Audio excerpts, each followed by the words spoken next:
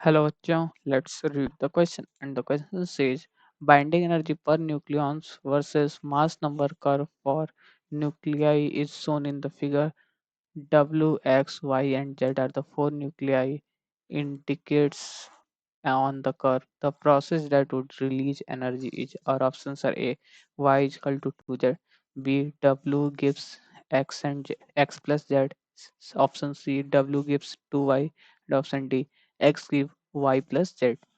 तो बेसिकली अगर देखें तो हम लोग के पास इस क्वेश्चन को सॉल्व करने के लिए जो की कॉन्सेप्ट यूज होंगे, की concepts to solve this question, इसमें अगर पहला देखें तो जो अगर हम लोग बाइंडिंग एनर्जी का एक टर्म निकालना चाहें तो उसमें जो बाइंडिंग एनर्जी पर nucleons into mass number of the nucleon करते हैं तो ईवी हो जाएगा।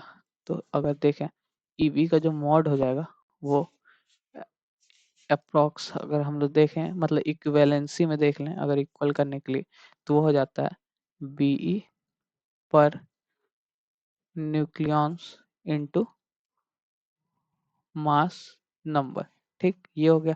जो दूसरा कॉन्सेप्ट है वो ये होगा कि more the binding energy more the binding energy more the stable, मतलब कि जितना बाइंड जिसका बाइंडिंग एनर्जी ज़्यादा होगा वो ज़्यादा स्टेबल होगा।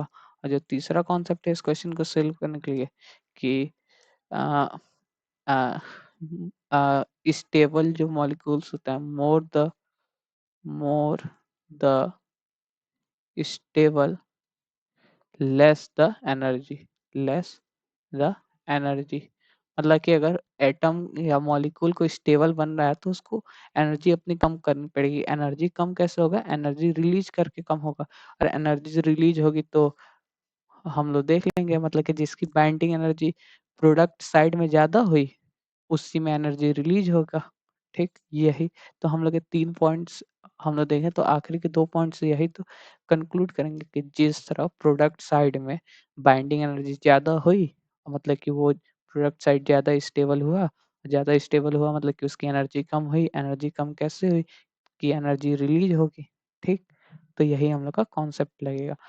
तो अब अगर हम लोग देखें तो हम लोग क्या लिख सकते हैं कि अब एक तरफ हम लोग रिएक्टेंट लिख लेते हैं, एक तरफ हम लोग प्रोडक्ट निकल लिख लेते हैं। रिएक्टेंट इधर और इधर हो गया हमारे पास प्रोडक्ट।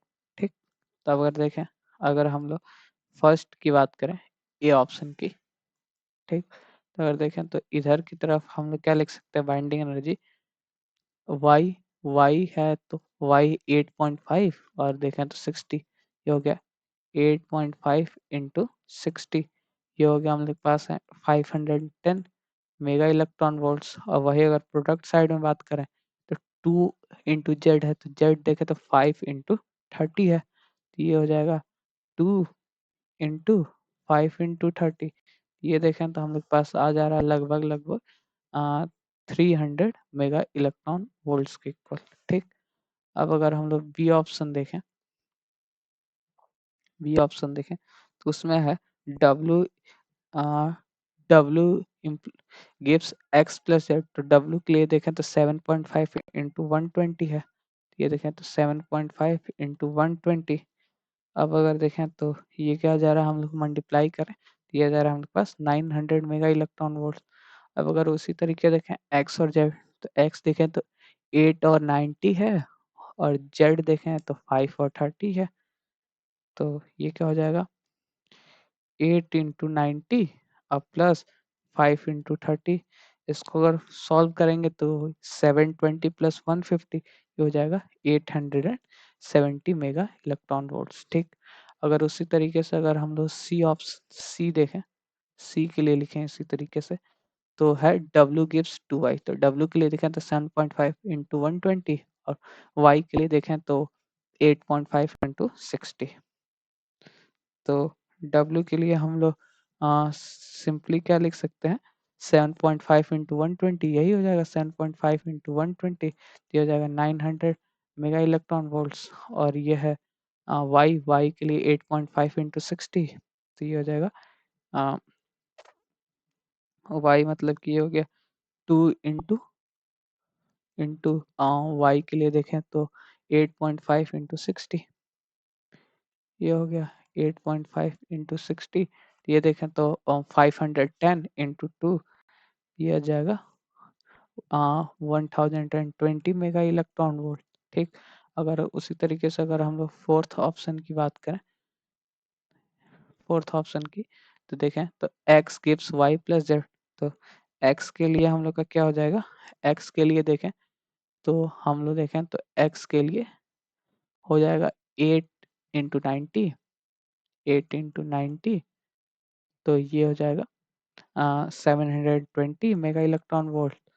और उसी तरीके से अगर y के लिए देखें तो 8.5 इंटू 60, 8.5 इंटू 60 और प्लस z के लिए देखें तो 5 इंटू 30, 5 इंटू 30, इसको सॉल्व करेंगे तो 110 प्लस 150, 660 मेगा इलेक्ट्रॉन वोल्ट्स। तो अगर देखें हम लोग इनमें कंपेयर करें तो देखें तो सब में अगर देखें तो इस किसकी एनर्जी ज़्यादा हो जा रही है, तो इसकी प्रोडक्ट इसमें भी रिएक्टेंट की ज़्यादा है, इसमें भी रिएक्टेंट की, इसमें बस जो ऑप्शन सी है जो कि इक्वेशन है W=2 है, उसमें बस प्रोडक्ट साइड की बाइंडिंग एनर्जी जो है, बाइंडिंग एनर्जी ज़्यादा आ रही है क्योंकि इसमें भी 720 ज़्यादा है। तो केवल जो ये है ऑप्शन सी है, दैट इज अगर देखें तो इसमें W गिव्स 2y में बाइंडिंग एनर्जी प्रोडक्ट साइड की ज़्यादा आ रही है। अब बाइंडिंग एनर्जी प्रोडक्ट साइड की ज़्यादा आ रही है मतलब कि ये ज़्यादा स्टेबल है, ज़्यादा स्टेबल है तो मतलब कि इसकी एनर्जी कम हुई, एनर्जी कम कैसे हुई कि ये एनर्जी रिलीज किया होगा। तो अगर हम लोग देखें process that to release energies, तो हम लोग का जो ऑप्शन सी होगा वो करेक्ट हो जाएगा। So the final answer is option C, W gives 2y release energy. Hope you understand it well. All the best. Thank you.